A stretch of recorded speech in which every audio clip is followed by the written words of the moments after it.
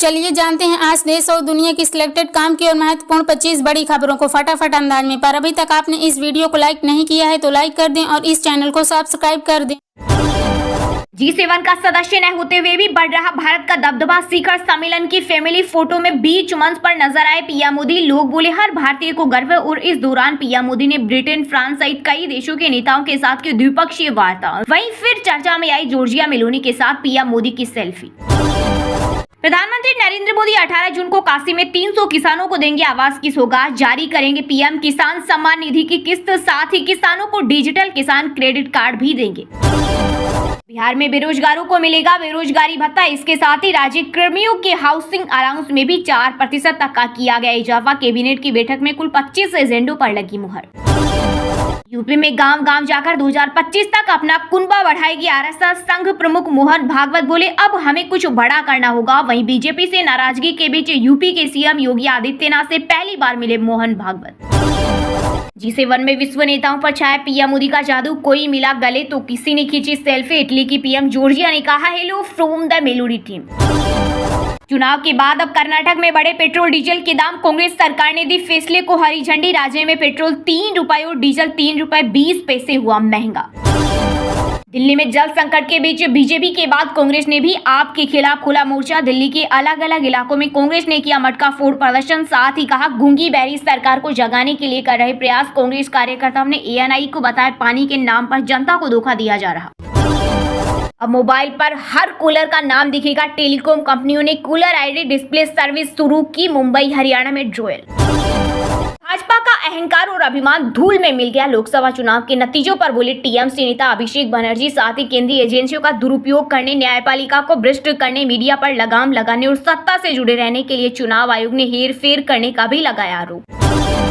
केंद्र सरकार ने आज क्रूड ऑयल पर विंडफॉल टैक्स घटाया। 5,200 रुपए से घटाकर 3,250 रुपए प्रति मीट्रिक टन किया। डीजल, पेट्रोल और एटीएफ पर छूट रहेगी बरकरार।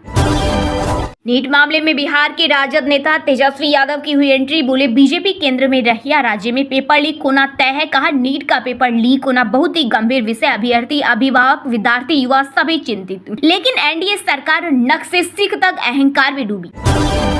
कभी भी गिर सकती है एनडीए की सरकार। कांग्रेस अध्यक्ष मल्लिकार्जुन खड़गे बोले पीएम मोदी के पास जनादेश नहीं, एनडीए सरकार गलती से बनी। कहा हम चाहते हैं सरकार चलती रहे, लेकिन हमारे प्रधानमंत्री की आदत है कि जो अच्छा चल रहा है उसे चलने नहीं देते। हम चाहते हैं कि यह चलती रहे, देश के लिए यह अच्छा होगा।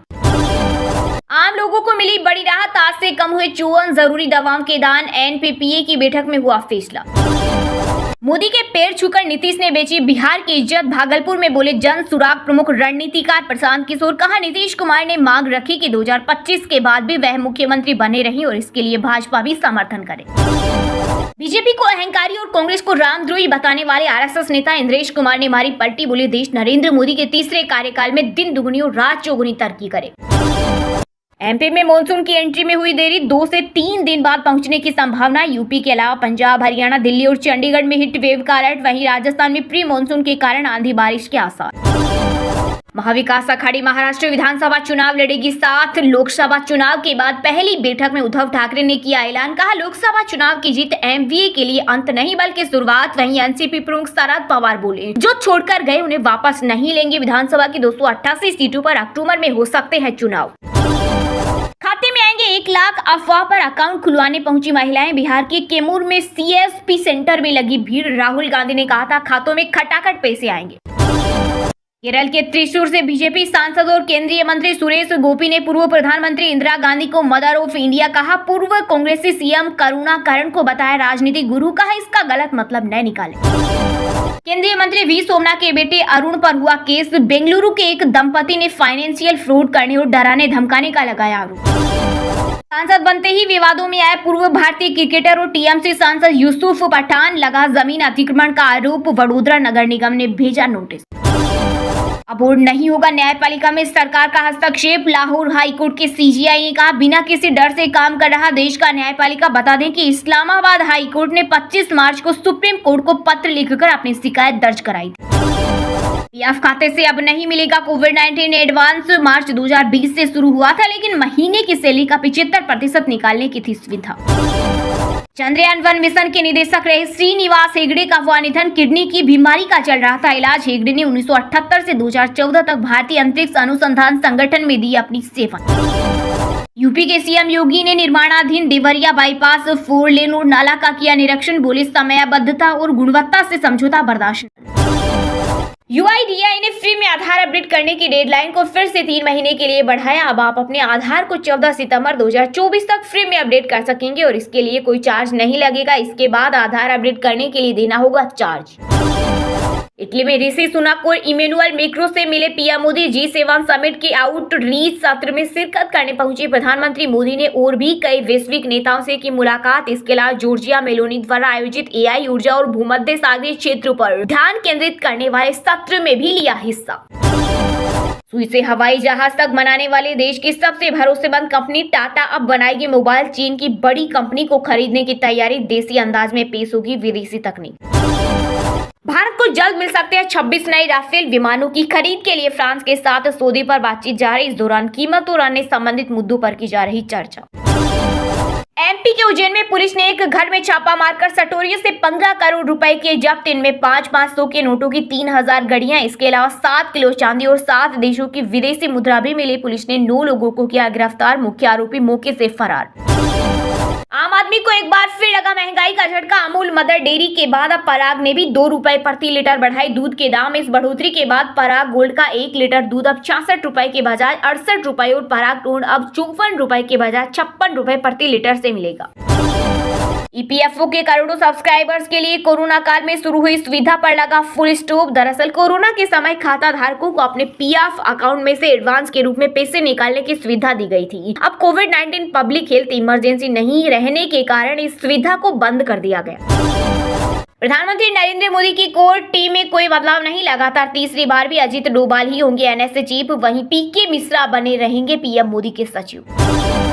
दिल्ली विधानसभा चुनाव 2025 को लेकर बीजेपी और आम आदमी पार्टी से मुकाबला करने के लिए कांग्रेस ने बनाया खास प्लान। पार्टी चुनाव से कई महीने पहले ही घोषित कर सकती है प्रत्याशी।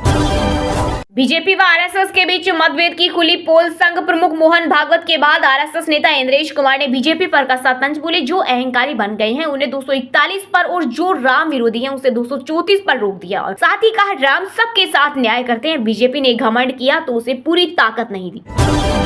हमें हूबहू पेपर मिला था। नीट परीक्षा केस में गिरफ्तार आरोपी का कबूलनामा। वहीं मामले में बिहार के पटना से 19 आरोपी अरेस्ट। इससे पहले केंद्र ने कहा था पेपर लीक के कोई सबूत नहीं। बीते दिन सराफा बाजार में सोने चांदी की कीमतों में आई गिरावट। 10 ग्राम 24 कैरेट सोना 270 रुपए गिरकर 71,890 रुपए पर पहुंच गया। वहीं 1 किलो चांदी 200 रुपए सस्ती होकर 90,500 रुपए में बिक रही। महाराष्ट्र में बिखर रहा एनडीए का गठबंधन। बीजेपी और एनसीपी नेताओं के बीच तेज हुई जुबानी जंग। एनसीपी नेता छगन भुजबल ने बीजेपी को कैदी चुभने वाली बात बोली। महाराष्ट्र में एनसीपी को दोष देने से पहले बीजेपी यूपी में झांक कर देखे। नई परंपरा शुरू हुई और नई सड़क पर नमाज और बकरा ईद को लेकर यूपी के सीएम योगी आदित्यनाथ ने अफसरों को दिया निर्देश। कहा आम आदमी का फोन रिसीव करे अधिकारी। विवादित स्थलों पर न हो बकरा ईद की कुर्बानी। मेडिकल चेकअप के दौरान पत्नी सुनीता भी रहे मौजूद। दिल्ली के सीएम अरविंद केजरीवाल ने रावत जेवानी कोर्ट में एक अर्जी दायर की मांग। मामले की आज होगी सुनवाई। वहीं 19 जून को खत्म होगी जुडिशियल कस्टडी। आम बजट की तारीख आई सामने। वित्त मंत्री निर्मला सीतारमण 22 जुलाई को संसद में पेश करेंगी बजट रिपोर्ट। वहीं इकोनॉमिक सर्वे के 3 जुलाई को जारी होने की उम्मीद। गुजरात के वडोदरा में एक रेजिडेंशियल कॉम्प्लेक्स में मुस्लिम महिला को फ्लैट दिए जाने का विरोध। लोग बोले सोसाइटी में 461 हिंदू परिवार रहते हैं, दूसरे धर्म के लोग स्वीकार नहीं। राष्ट्रीय राजधानी दिल्ली में प्रदूषण को कम करने के लिए केजरीवाल सरकार की अनोखी पहल। 15 जून से लागू होगी ग्रीष्मकालीन कार्य योजना। जनता ने बीजेपी के अहंकार को रोका मगर पूरी तरह से पराजित नहीं हुआ। वो काम अब RSS को करना पड़ेगा। शिवसेना नेता संजय राउत के बयान से बड़ी सियासी हलचल। साथ ही उन्होंने बीजेपी पर चुनाव अधिकारियों को डरा धमकाकर कई लोकसभा सीटों पर जीतने का भी लगाया आरोप।